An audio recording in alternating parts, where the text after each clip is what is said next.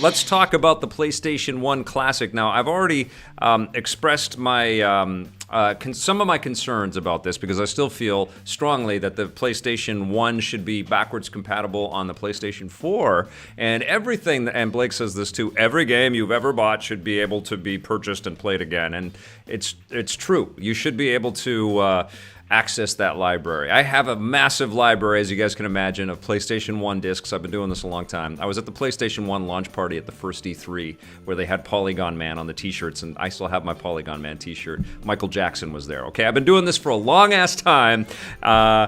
And I have that library, and it was exciting. I used the PlayStation 1 to kind of tell people that Electric Playground should be real. Look at these full motion video, which didn't always turn out so great, but full motion video and 3D visuals.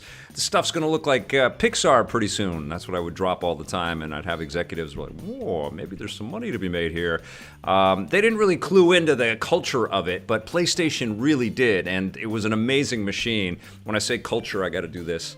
But they launched an incredible system that really kind of changed things up, and of course Nintendo countered with the N64. Sega tried and sputtered with the Saturn. PlayStation 1 was sensational. What a machine. But it hasn't dated as well, and I would argue neither has the N64, as the Super Nintendo or even the old NES Classic. Those 2D sprite-based games are all works of art, and some of that early Polygon stuff, not so much. However, there are lots of great PlayStation 1 games, and many of them deserve to be on the PlayStation 1 Classic.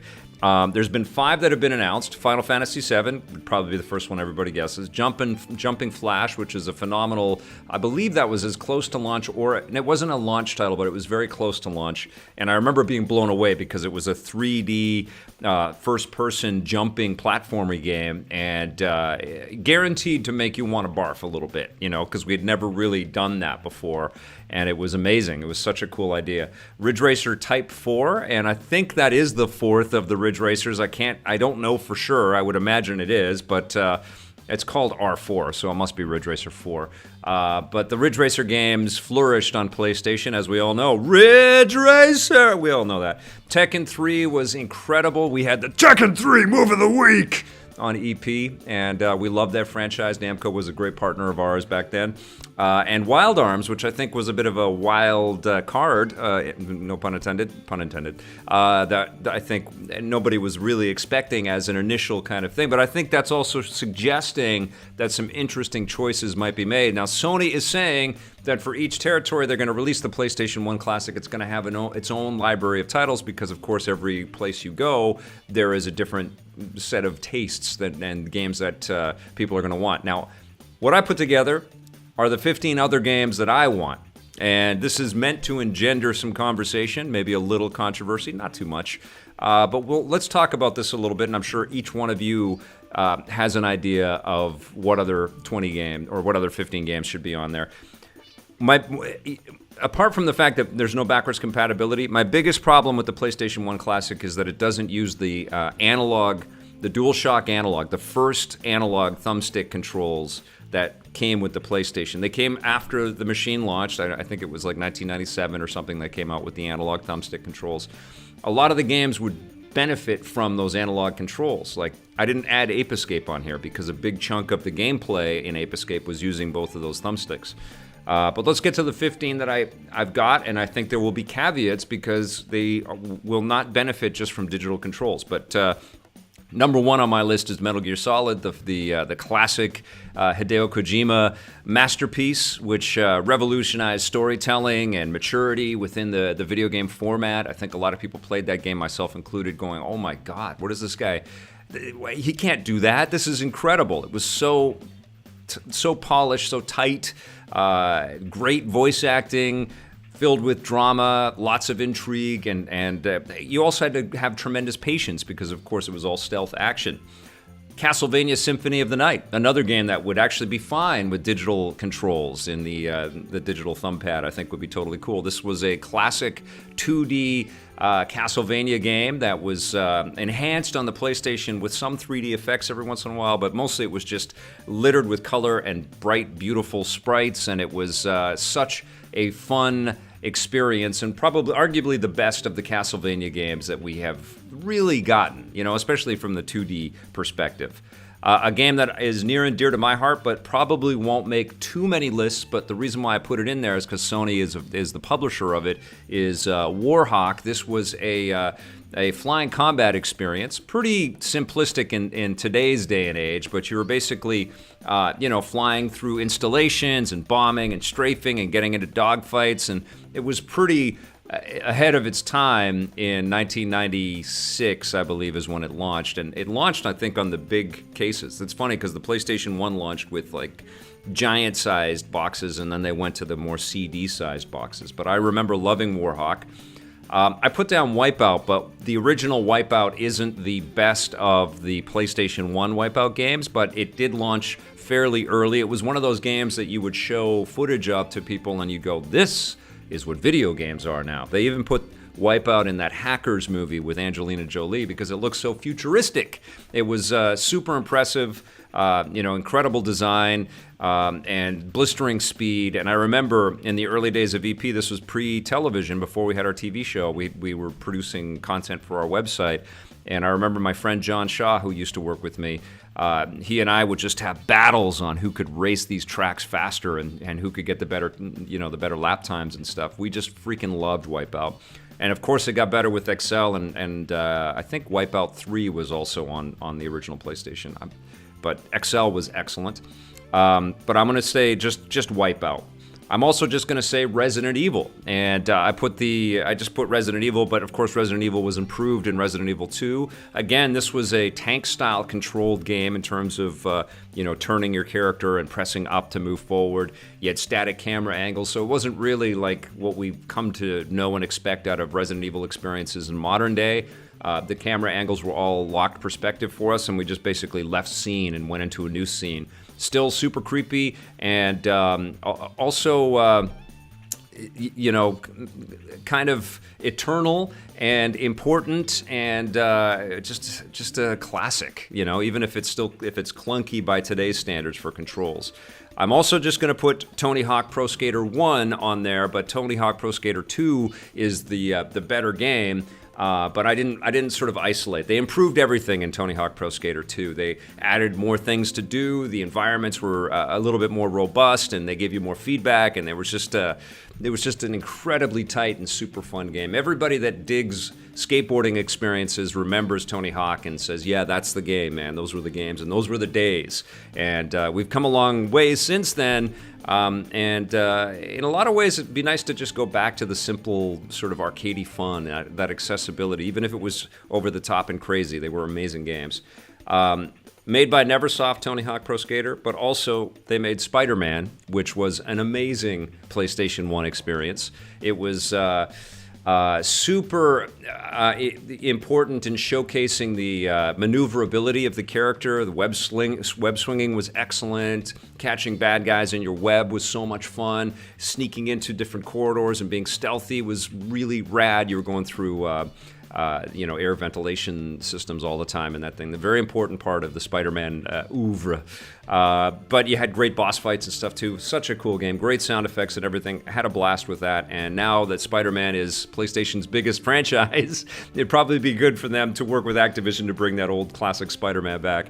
I'm going to put down Twisted Metal, but again, that was improved in subsequent sequels. But Twisted Metal was kind of iconic and also very mature, and featured some crazy characters that we've moved far away from, but an important part of Sony's offerings on the PlayStation. And I picked a bunch of Sony published titles here because I think that this is Sony's way to celebrate itself as well. They've always invested in some pretty interesting titles. I would compare a lot of their choices, not necessarily in terms of quality, but in terms of risk taking and sort of pushing the medium forward to what Nintendo has been doing. Sony's first party is not to be slighted. It is an amazing collection of interesting titles, and Twisted Metal is one of those games that almost deserves, and I'm wondering if that's happening in the background somewhere, a God of War style kind of rethink on what you could do with car combat, Anyways, the original would be pretty rad to see on the PlayStation 1.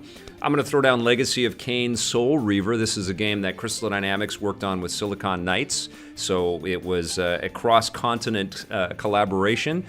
Silicon Knights, I think, worked on a lot of the sort of game mechanics and some of the lore and some of the design. And I know that Amy Hennig, I think, was a part of the whole storytelling and the narrative aspects of this game. And this was a top-down action role-playing experience that felt a little dated in its look, but it also had a tremendous maturity and a real morality at its core that sort of asked you to be a vampire killing innocents or not.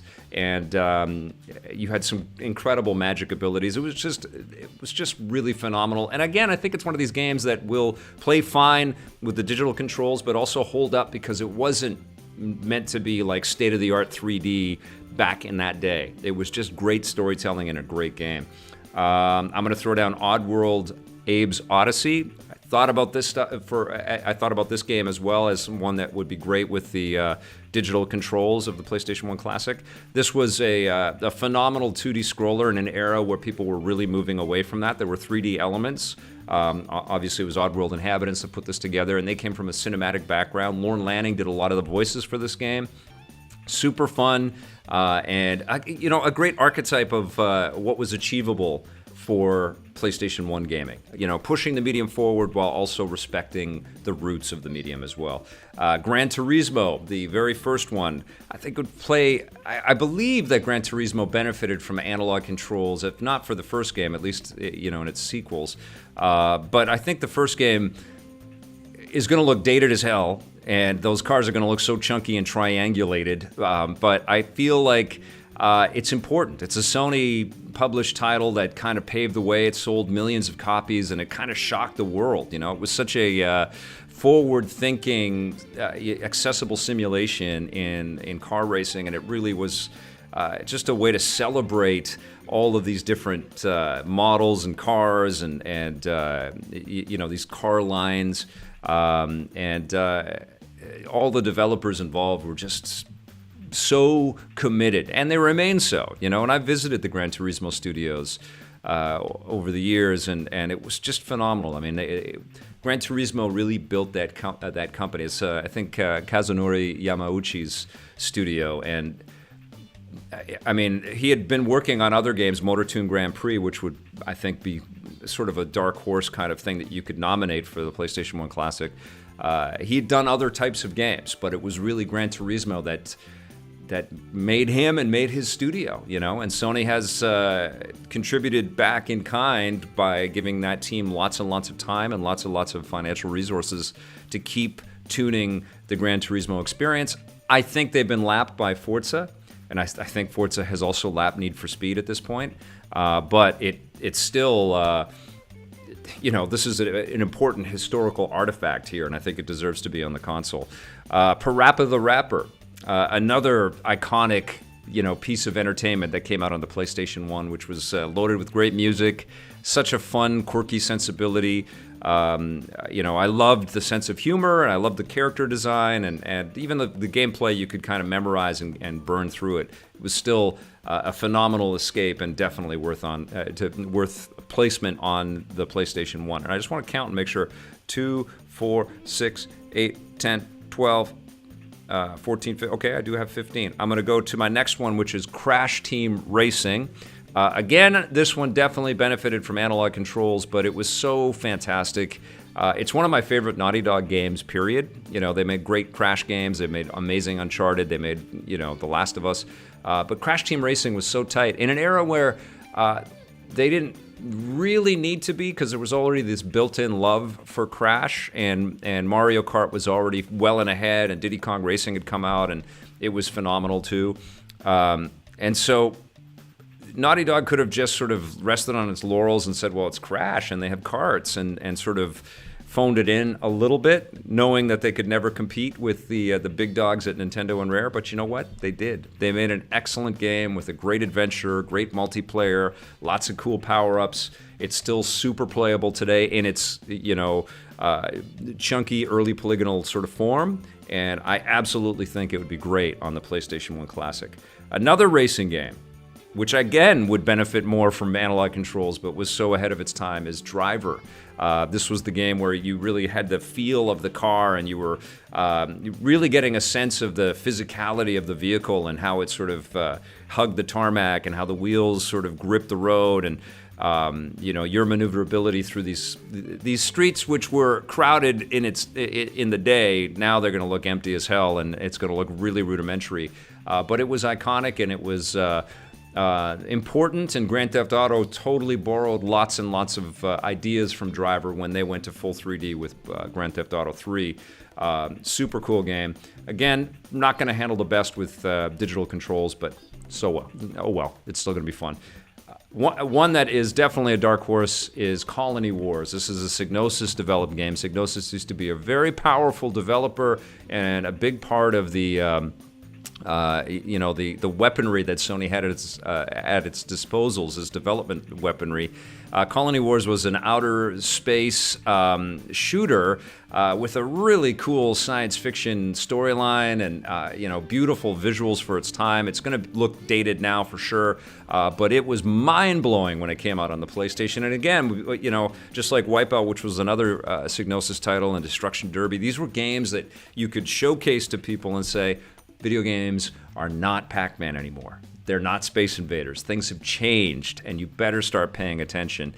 Colony Wars was not a massive hit, but I know that it's one of Ben Silverman's favorite games, and I know the people that were along for the ride with the PlayStation 1 think fondly of that title.